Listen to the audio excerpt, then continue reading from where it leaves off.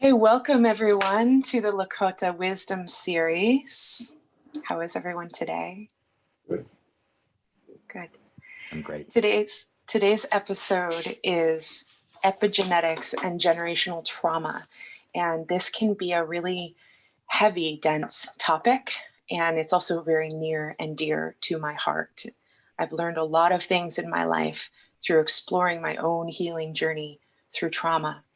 And fortunately, it is more mainstream now than it's ever been. There are a lot of leaders in this field where you can research and understand more about trauma and how generational trauma and even the science of epigenetics, which is a branch of genetics that studies the processing of environmental factors that can change the expression of a person's genes, not explained by DNA sequencing. So I will include in the YouTube channel under the show notes places that you can learn more about epigenetics in the context of this conversation. I want to highlight, there's something that Peter Levine said recently in a conversation around trauma. Everyone has trauma, and it does not have to be a death sentence. It does not have to mean that your life ends. It does not mean that you are a victim. It means that there is a place for you to heal.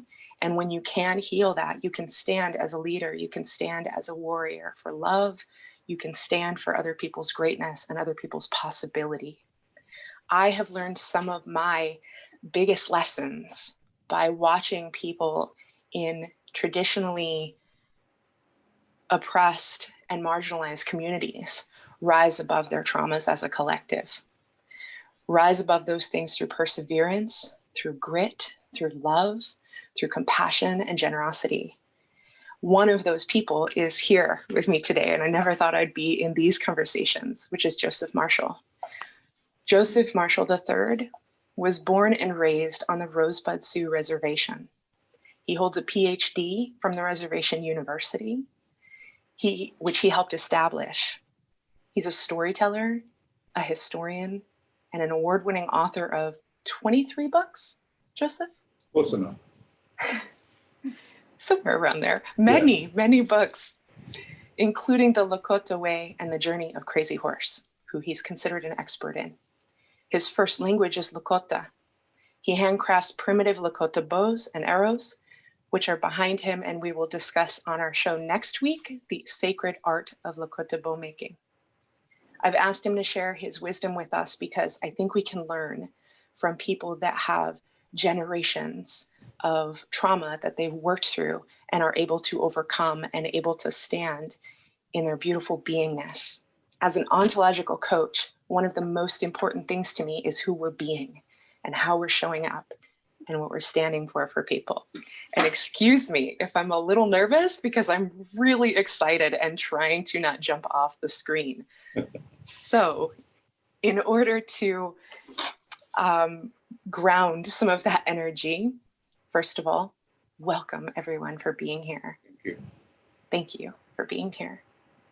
I will have Christina Simek do a meditation to ground us in the space. And just before we jump into her meditation, I want to thank each of you for being here, remind you that it's important to keep your mics muted so if something happens in your external environment, it's not distracting while Joseph is speaking or while Christina is doing her meditation. And I've asked each of you individually to be here because I highly respect and regard you as really whole, integrated human beings. I have the utmost gratitude for your presence, and I'm grateful. Christina. Thank you so much. I had the joy, privilege, and the honor of living in Santa Fe, New Mexico. And Christina, I'm looking forward to your presentation also, and what Joseph has to share. Epigenetics is on one side, we would call that the science, and in my language, it would be spirit connection. And here in New Mexico, here in Santa Fe, it is impossible to live separate from spirit. It's impossible to live separate from our ancestors. We walk on the earth that they walked on prior to us. And what remains of their lives, we literally are surrounded by it. So I'd like to welcome each of you just to simply feel yourselves in that beautiful sacred space that you now reside in, and recognize that you are completely safe in your safe haven there. And I'd like to welcome you to close your eyes and feel your feet on the earth, connected deeply.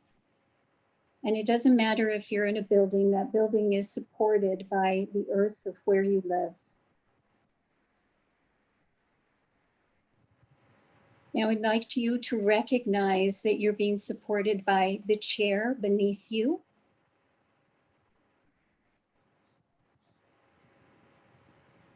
And that you're breathing in and out that beautiful breath of life that when you were born, you said yes to as you took in that first breath of air.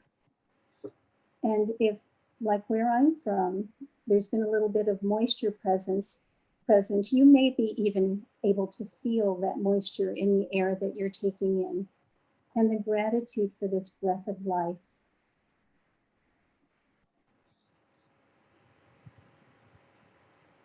And allow that breath as you breathe in and out to settle you in deeper. We take in one breath and we feel ourselves. And with that exhalation, welcome yourself to go deeper. Breathing in and out,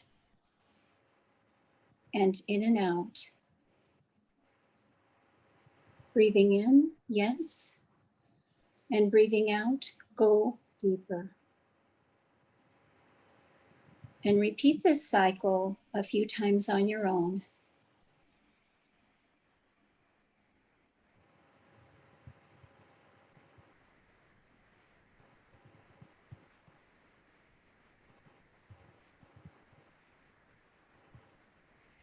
Now I'd like that beautiful sacred breath of life to take you right to where your shoulders and your back are. And notice with a lot of the tension and a lot of the anxiety of the last several days and everything we've been faced with recently, you're carrying quite a bit of tension in those shoulders. Just allow those shoulders to drop and be supported and held. Breathing in and out, and in and out, going deeper and deeper.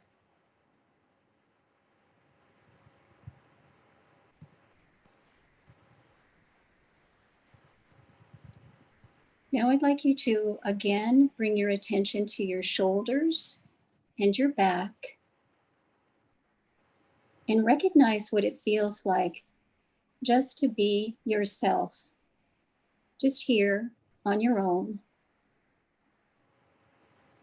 and what that feels like.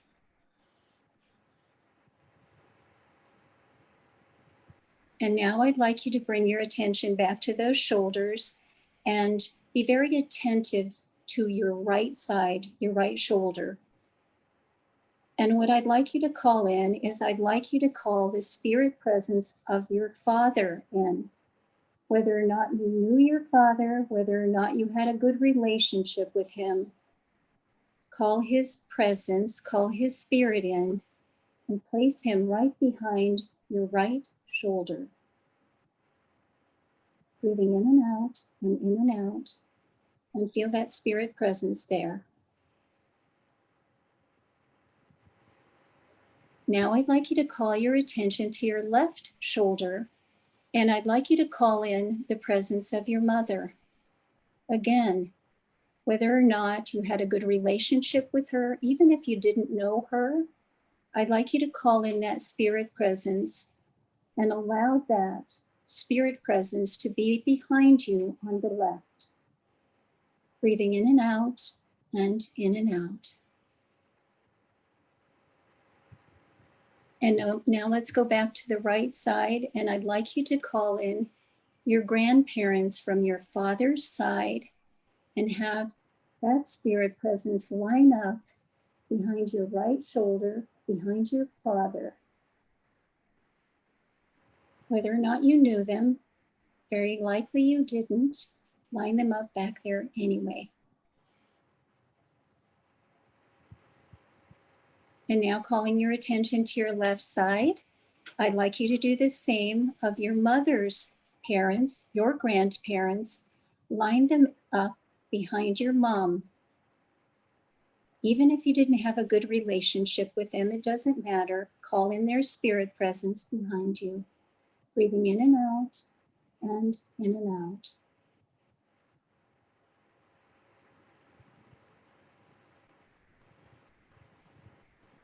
And now let's go one deeper, bringing your attention back to your right side. And let's call in the spirit presence of your great grandparents, standing there behind your grandparents, behind your father, behind you.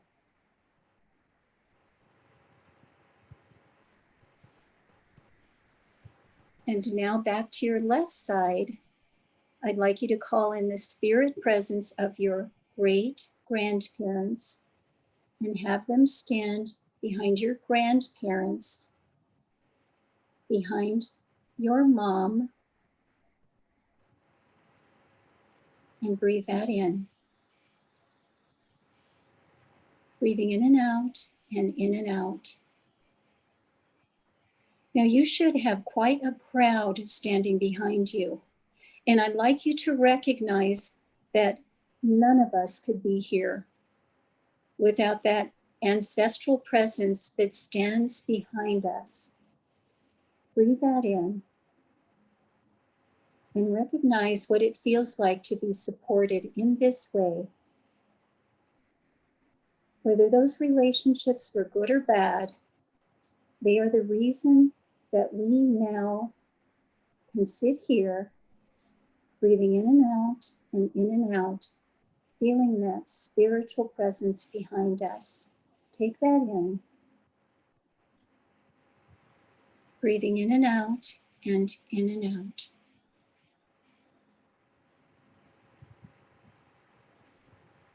And recognize what it feels like to be supported, opposed to thinking that we're here all by ourselves. Take this in and let your body feel this ancestral support.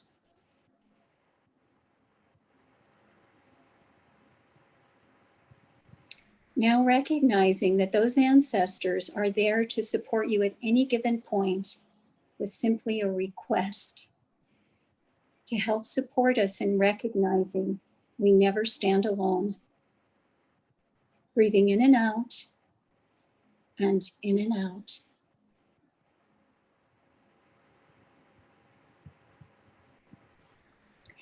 Now I'd like you to breathe in a breath of gratitude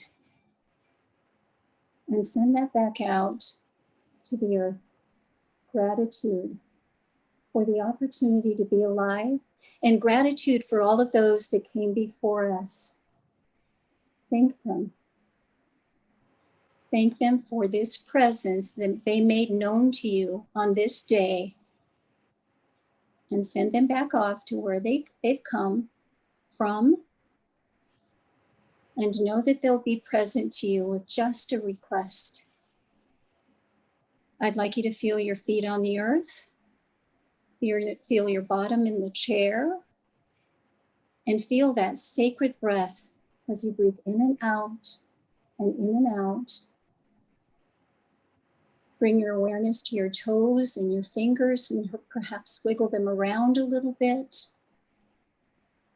And slowly, slowly, I'd like you to start winking your eyes open. And as you do, I'd like you to recognize that perhaps you see a little bit more clearly, a little bit more sharply, and you can take in life a little bit more with all of that recognized support we always have behind us. Breathing in and out, and in and out.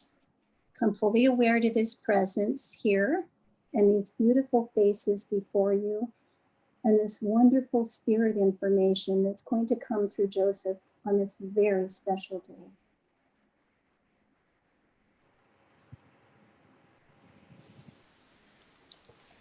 Thank you, Kristina.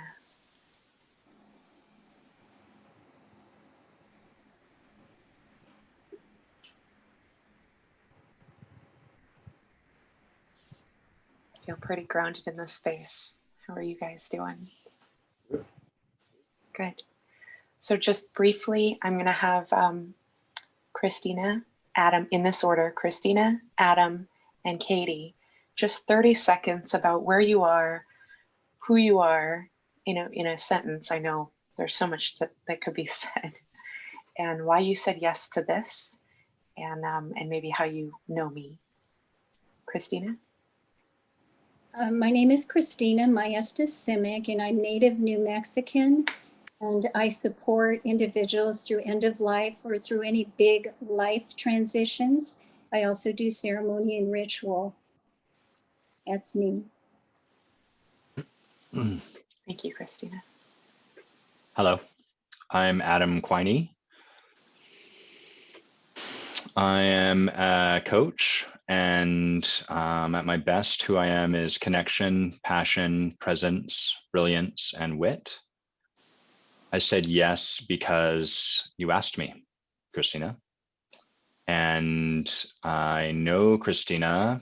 I'm not sure how the connection got created, but I think it's because you had reached out, and then we just started getting into relationship from there. Thank you, Adam.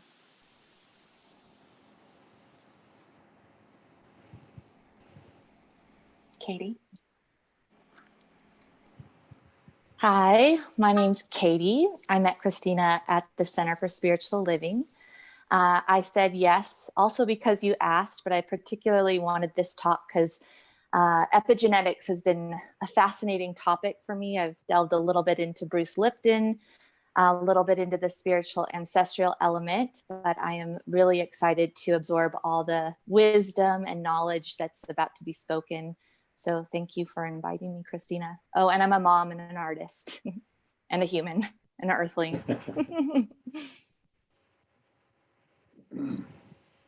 Thank you, Katie. So without further ado, thank you all again for being here. And now we're going to hear Joseph's perspective as an author, as a Lakota, first and foremost, as a historian, and the floor is yours, Joseph. Thank you. Thank you. Kristina, thank you for the meditation. It was especially meaningful for me because I knew all of my grandparents, all four of them, maternally and maternally. I was raised by my maternal grandparents. I was given to them when I was less than a year, and they raised me as their child. And for a long time, I didn't know I was not their child, not their grandchild. I thought I was their child. But I had a wonderful relationship with all of them, with the possible exception for a while with my father. And only because he was a soldier in World War II. He fought in the Pacific Theater, and he came home and became an alcoholic and drank for 40 years. And in those 40 years, I did not have a very close relationship with him. A lot of times I was afraid of him because he was a big man. But when he became sober in 1986, then I saw the kind of man I always hoped and prayed he was, a very gentle soul. In spite of his size, in spite of his piercing blue eyes, because he's part French. And when I finally got to know him, beyond father and son, but man to man, person to person, then you know, I saw, realized the kind of trauma that he went through that caused him to turn to alcohol. But we'll get into that later. So, Kristina, thank you for that meditation. As far as who I am, Kristina touched on it, but it's one thing to hear all the labels that other people have of you. It's another thing to get past that and figure out who you are as a human being. And that has to do more to do with being a good person than it has to do with race or color or anything else. And it's taken me a long time to figure that out. I am all those things probably in one way or another, that Kristina alluded to, but I was also a son, an uncle to a lot of nephews and nieces, and now I'm a grandfather. And of course, you know, that meant that I was a husband and father. So it's those life experiences really that help to bring me to all these moments in my life that continue to happen. At some point, when I decided to become a storyteller, all of those factors came into being, whether I realized it or not, because of the way I grew up. As I said, I grew up with my maternal grandparents. And as a Lakota person, as a Lakota kid, I don't know when you all started to become more cognitively aware of your surroundings and other people, other influences. But I think I began to have those awarenesses when I was about 5 or 6, when I really began to discern the differences in me and us and other people. And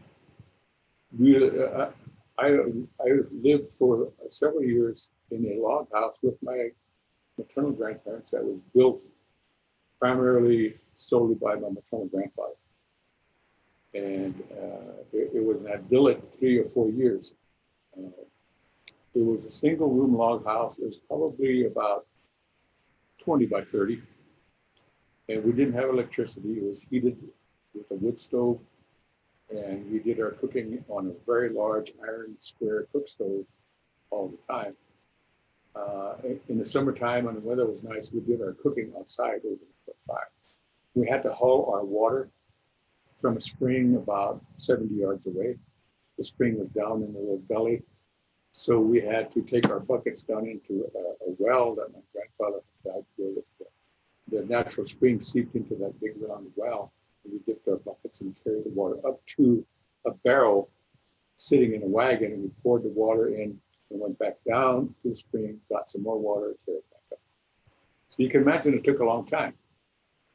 And I didn't know what a faucet was until I went to school at the age of 8. And it was a scary thing to me for somebody to turn a handle and then all of a sudden water came out. I jumped backward probably about 5 feet because I couldn't understand it. And that was the same way with a lot of things in my early childhood, things that I couldn't understand. One of the things I couldn't understand was why we were living the way we were living. Because I grew up hearing stories of Lakota people living in conical buffalo hide lodges out on the open prairie, with villages arranged in concentric circles, villages of anywhere from, in the wintertime, 30 or 40 lodges in the summertime to maybe 100 or 200 lodges. And the people moved because we were nomadic. And I heard those kind of stories as a child. And the fact that horses were part of that culture, and the fact that we depended on the bison for food, shelter, and clothing. And I heard about the societal roles of women and men. And I believed them without question because it was my grandparents telling me those stories. I did not doubt those stories. So I knew they were true. I knew they were real, because while they didn't live that lifestyle, my grandmother was born in 1800 and my grandfather was born in 1888. About the same for my maternal grandparents. So they're all about the same age.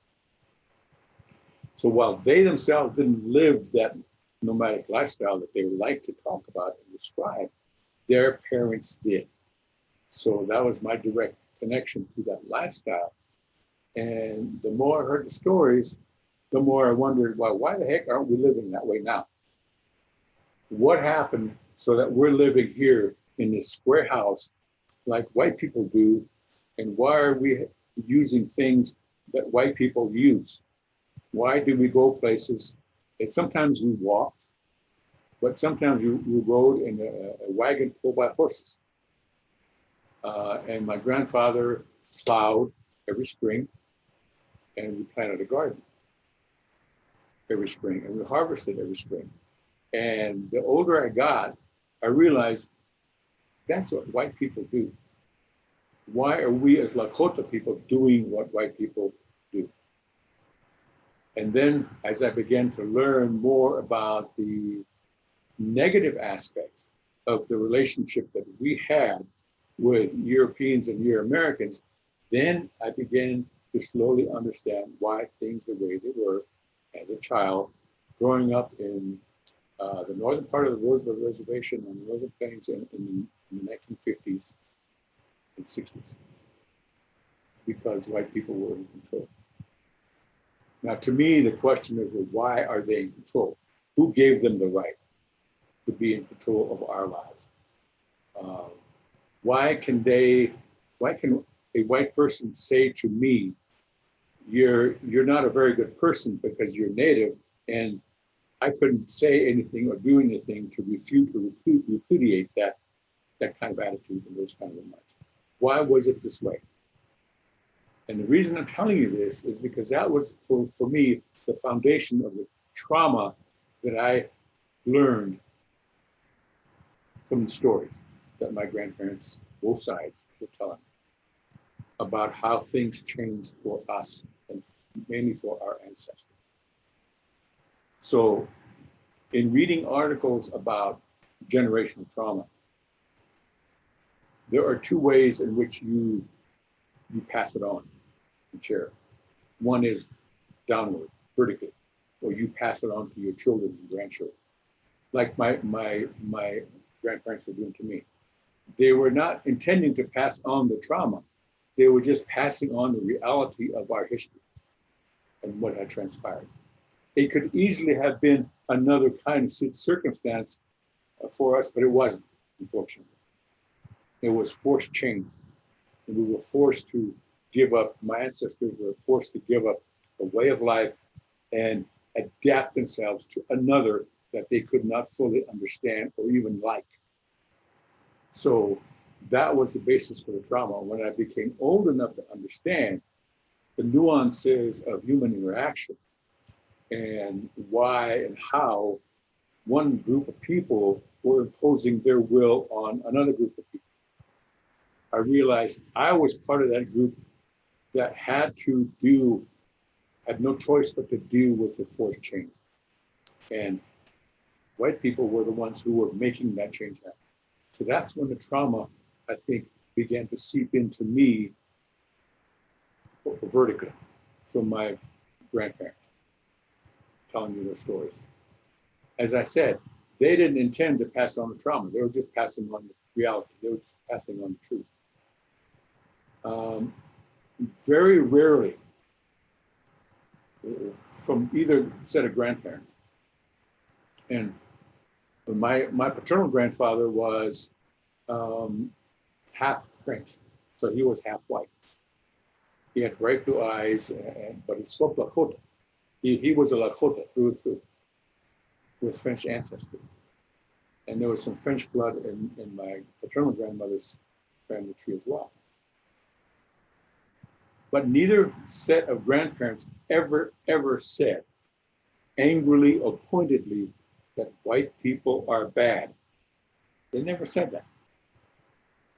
They did say that some of the things white people did were bad. They had white acquaintances. They had white people that they knew that they got along with personally on a one-to-one basis. So then I began to realize that it wasn't necessarily one white person that was causing all this, but collectively with their norms and their attitudes and their beliefs that was causing me to feel this way and question them. The other way we pass on that trauma is horizontally. We share it with our contemporaries, we share it with our friends, our husbands, our wives, our cousins, and so forth, and the rest of the community. So at some point, and I don't know when that happens, maybe you all know better than I, at what point in our lives, and it obviously varies individually, that trauma seeps into us. And I can recall that in my junior high years is when I began to feel the first pangs of anger at white people collectively. And maybe it's possible that because of that anger that I felt against them collectively, that sometimes my reactions to certain things when interacting with a student who was white was more pointed or pronounced because of that anger. Maybe I was acting out that internal anger because of that trauma that I began to understand more and more. So as an athlete, I was not a very good athlete, but I liked to run. So running was my thing. I went out for track, but I also liked baseball and basketball. So those were the things, honestly. Sports was the only thing that kept me in school because I hated school. I hated being herded around. I hated being controlled by somebody who was not like me. So there again, there's that trauma kicking in and causing me to react that way about school. But somehow, my participation in track and basketball kept me in school. But when I was a senior in high school, I promised myself I would never, ever set foot inside another school building ever in my life once I was done. And I would hate teachers for the rest of my life. Of course, when I say teachers, at that point in my life, it was white teachers because that's all I had through high school. And so fast forward that and I became a teacher. So that was one of the really strange quirks, turns in life. I became one of the things that I despised most in my young life. I'm a teacher.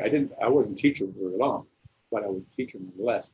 So as a teacher, you have to set foot inside school, obviously. So that's one of the strange, unexplainable quirks in my life. And then I felt that way about school, about education and teachers because of that trauma that I learned and that absorbed, that sort of melted into my soul.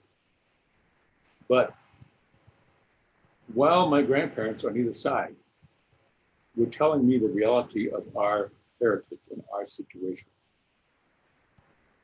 they were also teaching me resilience because of the way they lived their lives, both sides. I grew up with my maternal grandparents, but I also was aware of what my maternal grandparents, but I was also aware of what was happening to my paternal grandparents. I knew the kind of struggles they had. I knew what they had to do to make a living. And I was very involved with how my maternal grandparents made a living. My grandmother leased out her land to neighboring white ranchers and got, for example, a quarter of beef or money, cash money in return for her land that she leased. And of course, we planted a garden. And with what little money we had, as I learned later on, then we bought things, other supplies that we needed that we couldn't grow or raise or hunt. And my grandfather hunted, and he usually got 2 or 3 deer in a winter season. And that's basically all that was left in our part of the country then. There used to be elk, there used to be all kinds of other game. But in the 1940s and 50s, the big game animal was deer. And of course, there were rabbits and so forth. So we hunted. And I learned to be a hunter when I got older. I contributed to that process. So I knew the kind of struggles they had in adjusting to this lifestyle. Looking back on it now, watching my grandfather behind a single bottom plow with a pair of big horses pulling the plow was antithesis to what he really was as a Lakota. His father and his grandfather were hunters and warriors. Hunters, not farmers. And yet my grandfather had to adjust, my grandmother had to adjust. They had to adapt to what the situation was at that moment. And in doing that, making the best of it, they taught me resilience. And they told stories that also pointed out that we as a people, no matter what the circumstances, but especially when things are tough and things are bad and things are, as dark, that we need to call on the emotional, spiritual, and mental strength we have as people, as Lakota people. We had to call on that resilience because our ancestors did, and because it was the only way to deal with the situation. So while they told the realities of what happened to us historically, while they told the realities of how hard assimilating to another life was, and I could see that, and I felt it. And I feel it even more now as an adult who's learned more and more about our history. They also taught me that it's possible to face it, maybe not mitigate it, but understand it and come to terms with it. And really, that's all we can do as far as trauma is concerned. As a layperson, I'm not a psychologist, I'm not a psychiatrist, but I have lived life. And I've had to deal with, as you all have, difficult circumstances in my life. 7 years ago, I lost my life. That was a blow I'm still recovering from. But thanks to the support of my children, and even though they're gone, the support of my grandparents, the lessons they taught about resilience, I'm coming through it. There were 2 or 3 years where I was sort of roaming about listlessly and without direction, wondering what am I going to do with the rest of my life. Then I reminded myself, okay, this is who I am. I was raised by my grandparents. They taught me how to be strong. They taught me how our ancestors dealt with all these kind of life situations. And if they can do it, I can do it too. I have to remind them of that as an older adult, as if I were talking to myself, the child version of myself. But it's how I came through losing my life, and I'm still getting through it. But we've all had to deal with trauma of one sort or another. And some of them are worse than others.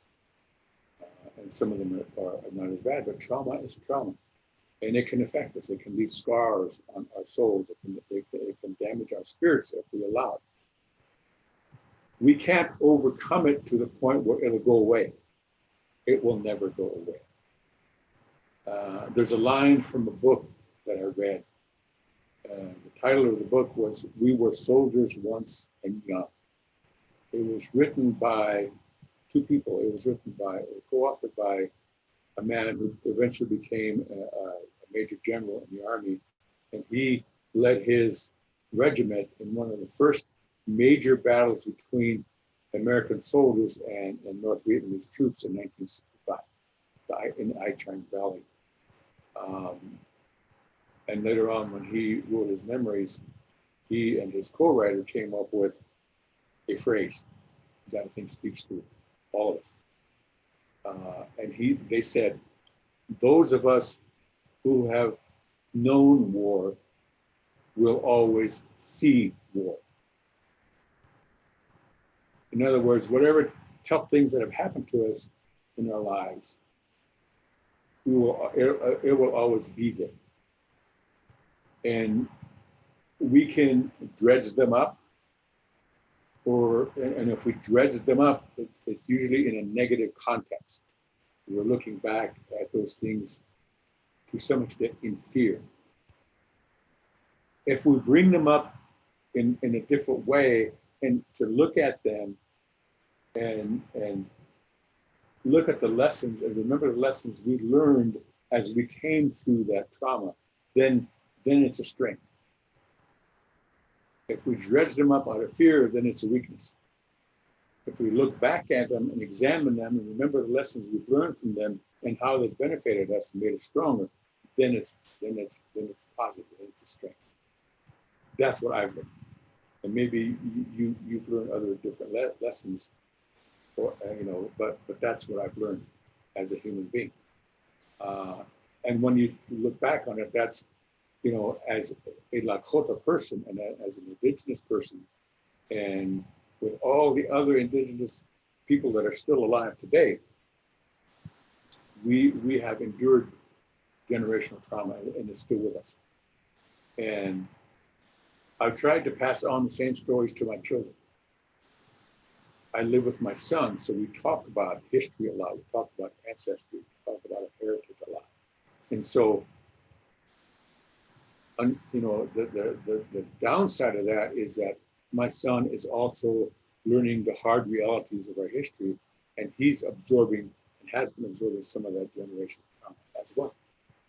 But that's how, if we forget what happened, then we're sort of going to be empty human beings. We have to know the road we walk. We have to know where we come from. So that's remembering can be a double-edged sword, but remembering can also be a source of strength. When I was a kid, and I've told the story before, and if you heard it, I'm sorry. My grandfather used to take me on walks all over the place, on the prairie, down by the river, over the hills, and we'd walk and along old trails. And I was 5, 6, and 7, and I would just dutifully follow him because there was a purpose. We were walking this trail. Either we were going hunting, or looking for wild turnips, or wild berries, or we were just out gathering wood. So there was always a main purpose to us walking all over the place and following old trails. But he would do this one thing. Every now and then we would stop, and he would grab me by the shoulders, and he would turn me around and have me look back down a trail that we had just walked. He said, "Grandson, look at the trail." And so I would look at it. I did it dutifully as a grandson listening to his grandpa. Finally, at about the age of 8, I asked, "Well, Grandpa, why are you making me look back down that road? Why are you making me look down that trail?" And the answer came like that. He had been waiting for me to ask that question. He said, "Because someday I'm going to send you back down that trail or some other trail. And if you don't know those trails, you will be lost." So it's important to know where we come from and the trails that we have walked, ancestrally and individually. And in both instances, trauma is part of those trails, ancestrally, ethnically, and then individually as well. So it's up to us whether we make that trauma something, whether we keep making it something to be afraid of, or we turn it into lessons on how we are getting through it, or mitigating it to how we can, and how we learn from it, and how we are becoming stronger and stronger in spite of having been through a difficult process. So those are my views on generational trauma. And I'm sure my son will pass it on to his son. That's the way it is, because we're on the. So I thank you for listening, and I'll try to answer any questions you have. Thank you so much, Joseph. It's always so nourishing to listen to you. And as you were sharing that last story, it's so funny because I have heard that story in your books because Right. I love listening to them, and I love the sound of your voice. It's very soothing to me. So I've listened to many of the books, and whenever I go on a hike, you are always with me. And I always turn around and look and say to myself, remember where you've come from. Oh, cool. Great. And so it's that saying is with me in a lot of different ways. So thank you for sharing that here. Sure. Sure. So I want to highlight some of the things that you shared, one of which is the virtues that you build by processing and healing trauma: perseverance, grit, resiliency, courage, the ability to keep going and to keep moving forward. And as a coach that deeply, deeply loves this craft of working with people in their beingness, people like you, Joseph, are the ones that impact how I coach people, how I work with people. And those are the lessons I go to and the toolbox I go to in the tool that I call coaching. Mm-hmm. And it's the old stories, it's my own ancestors, it's my own journey, it's all of those things, it's my own traumas. And being able to apply those things in a way that leads me to a great life, that leads me to a designed life without disregarding, without spiritual bypassing. And a common thing in personal growth and spiritual communities is to change your perspective and good vibes only and things like that. And I have a bit of a problem with that because I think it disregards the value in pain and trauma. And there is massive value there. But we need to change our relationship to it. Not what we remember, but how we engage with it and how it impacts us. So the signs of unresolved trauma are addiction, dysfunction, resentment, anger, fear, right and wrong thinking, black and white thinking. And the more evolved you become, the more subtle they can be because you start healing the more obvious things. But it's so important for people that are in the healing circles, for people that are teachers, for people that are leaders, to remember that your unresolved trauma is not helping. It's important to find the healers, to find people that can help you on your journey. And it's not a solo journey. It happens by calling in our ancestors. It happens through a spiritual relationship. It happens through understanding new science, breakthrough science. It happens through old wisdom, through communities like BIPOC and LGBTQI that have been traditionally silenced and have had to adjust to not being able to be heard and still stand true to who they are, the ones that face those things every day. So thank you so much for sharing your part of the journey because it means everything to me personally. Thank you, my pleasure. What questions, comments, or insights do you guys have? I am going to mute. Feel free to unmute your mics as you have things you want to share. Just be mindful. There's 3 of you here. I know Adam has to leave in about 10 minutes or so. And our call is technically done in about 10 minutes. I can stay for another 20, depending on what Joseph's schedule's like. So we'll go from there. And yeah, the floor is our guests.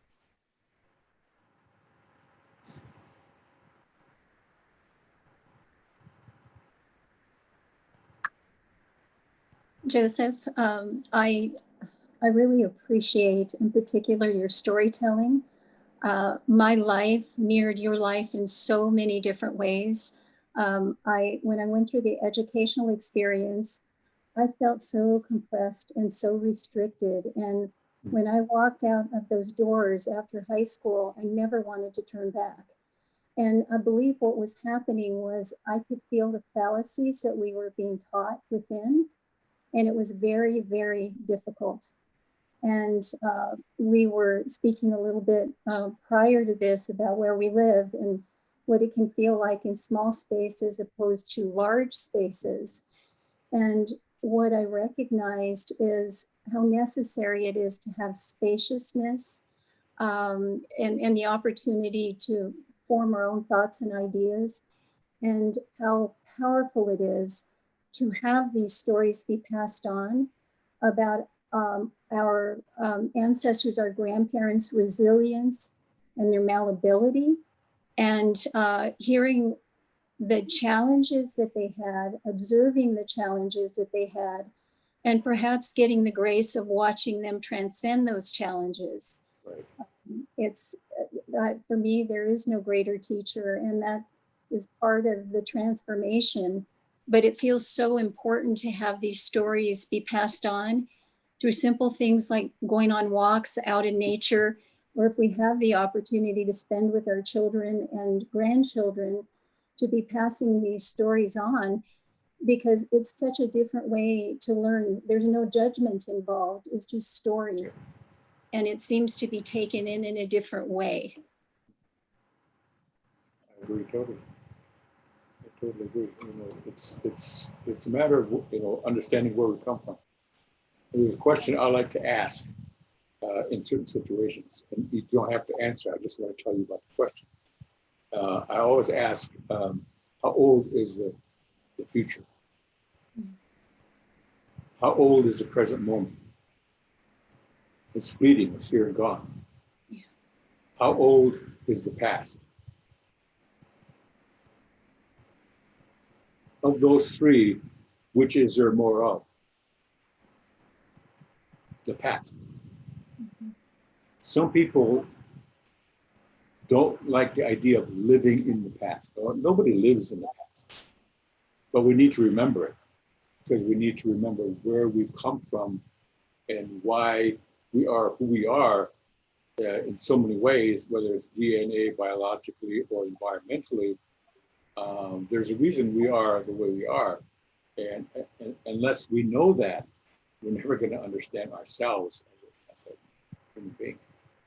So, you know, the journey we travel in this life is important as a child forward, but we also need to understand the journey that brought us to our inception into the world. And that's our parents, our grandparents, and so forth. So yeah, I totally agree with you. Thank you. Adam, I want to tag you in on that because I'm curious your thoughts from a coaching perspective and just your perspective in life thus far. What do you think of that? About, do you want to just give me a little more context? I can. Everything we've talked about, but kind of the thoughts on the past and the present, and how it's important to look at the past in order to bring it into current, because I know in coaching circles, a lot of people want to just be in the present moment. And I think that it's really important to bring in past experience in order to understand what got you here. And not able to, I don't think people are able to move certain energies in themselves and behaviors without understanding what got them here in the first place. And so I'm curious what your thoughts are in that context. Thanks. And thank you, Joseph. Appreciate your being and your being here. What I'm most present to in this moment is the trap that gets created by there being a right approach. So as soon as I'm like, the thing to do is be in the past, or the thing to do is to be in the present moment, I'm just going to live in the present moment, or the thing that only matters is the future because the past is the past, all of those will trip us up at some point. So I was noticing, you know, I don't know if this is what you were referencing, but often in coaching, a lot of the people I work with become fascinated with why did I become the way I am? To the point to the point where that's now the thing in the way of them doing what they're afraid of doing. So like, oh, I'm afraid to talk to this person that I'd love to be in relationship with. Why? And if I can just figure out why, maybe it won't be so scary. And then I'll do the thing. And then at the same time, I'm also present to what I got from part of what you shared, Joseph, which is this idea like, if all I did was like, well, who cares why anything is the way it is? I'm just going to act now. We do a great injustice to everything that brought us here. And there's like a real degree of blindness in that. And I was just sitting with both of those and noticing the importance of a lack of attachment and fluidity in all of this, and the ability to sort of flow in and out. And as soon as you think you're, yes, my sensei or my teacher or whoever told me to walk on the left side of the road, and now I'm on the left side of the road, and it's like, oh crap, I'm in a ditch, and I got to walk on the right side of the road. And I'm just being with the cosmic laughter that comes forward and seeing how that plays out. Makes sense. Thank you, Makes a lot Adam. of sense. Yeah. Katie, what's alive in you? Hi. Thank you, Joseph, for the beautiful talk. What's alive in me is so many different things, like a journey of my own experience with epigenetics. And while you were talking about past and future, I couldn't help but wonder if that is in and of itself a fallacy, the idea of time. Like there really is no line, it's a continuum of life. And so the idea that there's a past at all sort of loses the circle of it all in my mind a little bit. And secondly, I was thinking of Bruce Lipton, because I did read his book, Biology of Belief, where on a cellular level, it's the substance around the cell that allows it to flourish into a disease or not a disease. It's not necessarily the information in the cell, it's the surrounding. And to me, the surrounding represents our ancestors. It's our soil that allows us to grow. And as a mother now, I'm realizing that I'm part of the soil for my children. And while now I'm jumping around a lot, but I think it'll all make sense. I was doing some poetry with my guitar, trying to like get just stuff to emerge. And I heard my ancestors say, drop it, let it go. And I thought about it, and I thought about parenting and how I don't know how to articulate the thoughts, but how as a parent, the idea is to ultimately liberate your child, right? And what if our ancestors, what if we're still on the growth process in the idea that there is no growth process, and the ultimate liberation is to free ourselves from everything that our ancestors didn't put down. And so I'm envisioning them whispering like, put it down, Katie, you can put it down. I didn't put it down in my lifetime, but you can. And if I can do that, and then it comes back to the present moment of there is no continuum of time, I collide it all into this like star that bursts into oneness. And now my children are in that space, carrying it forward. And maybe some sort of, that's where I get lost a little bit. But that's what's going on in my head, all these questions and ideas. And I get these visuals, and I get these moments where I really feel like my ancestors. And when I say ancestors, I'm not even getting a feeling it's my own lineage. I feel like it's your ancestors, Christina, your ancestors, Joseph, everyone else who's on this call's ancestors. Like they're all telling us, this is the time, guys. You need to come together as one and drop, let it go.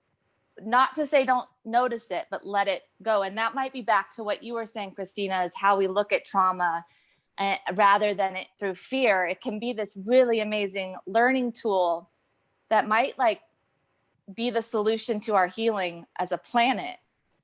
I hope.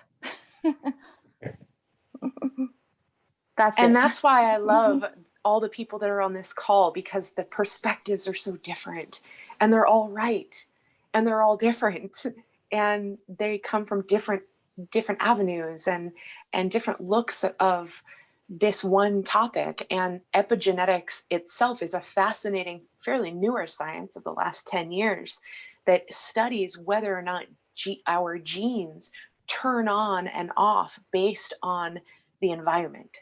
So based on what our ancestors went through, I had rape in my family line, and I had experienced rape. So when I experienced it, it felt like this deep, bottomless thing, because it wasn't just me. I had this incredible, almost PTSD fear response, not just to what I experienced, but to what I live on this earth because of a rape that happened in my family.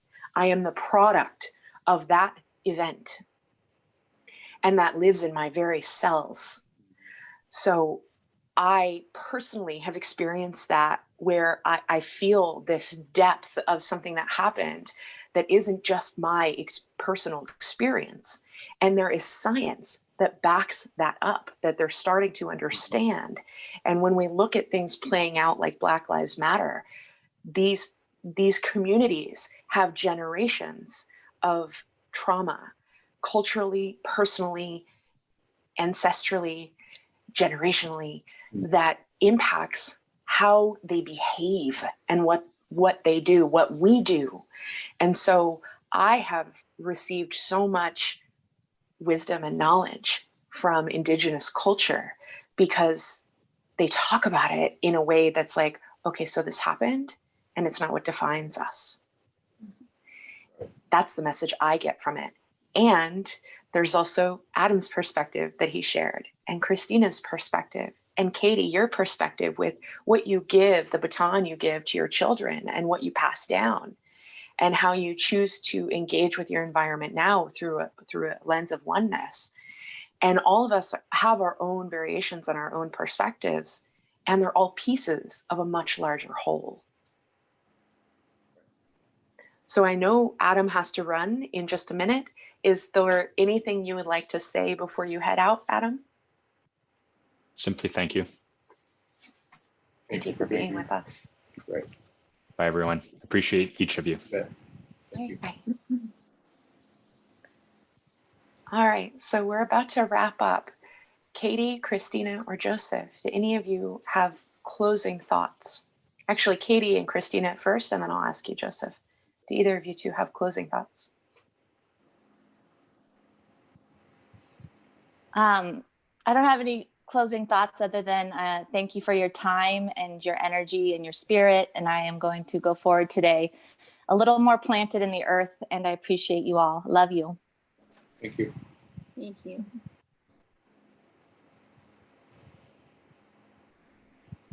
My perspective would be as I get more age and more life to reflect on, I become more and more deeply grateful for my grandparents and those that came before me.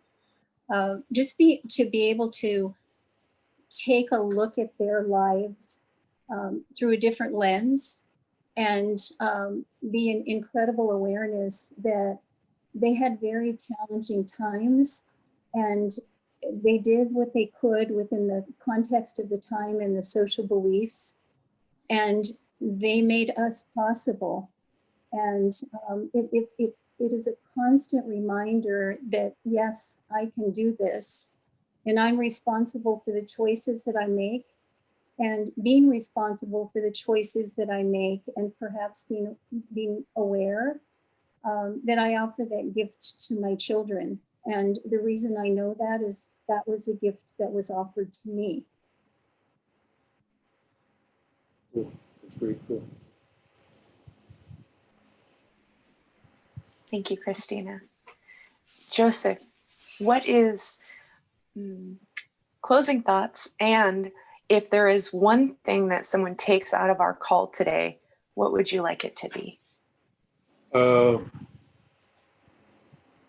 Well, let me sum it up this way. In the Lakota language, there is no word for time. In other words, we're not obsessed with measuring it. But there is a word for past, morning, dawn, midday, evening, night. There is a word for lewana, now.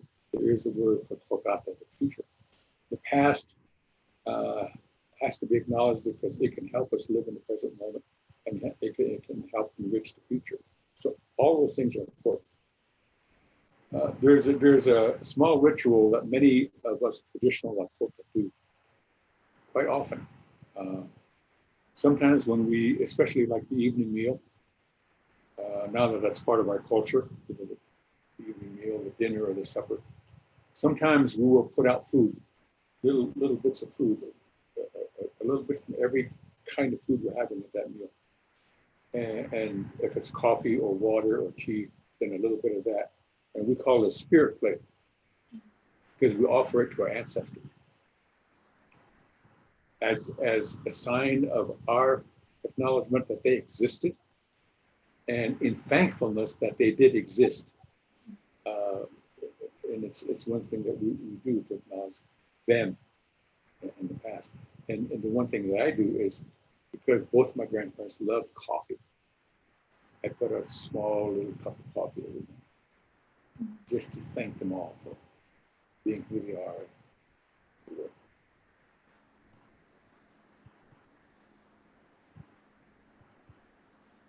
Beautiful. Thank you all for being here with me. For our listeners, thank you for listening to this once it's posted and live. I bring in people that I respect and love and adore to join these calls between Joseph and myself.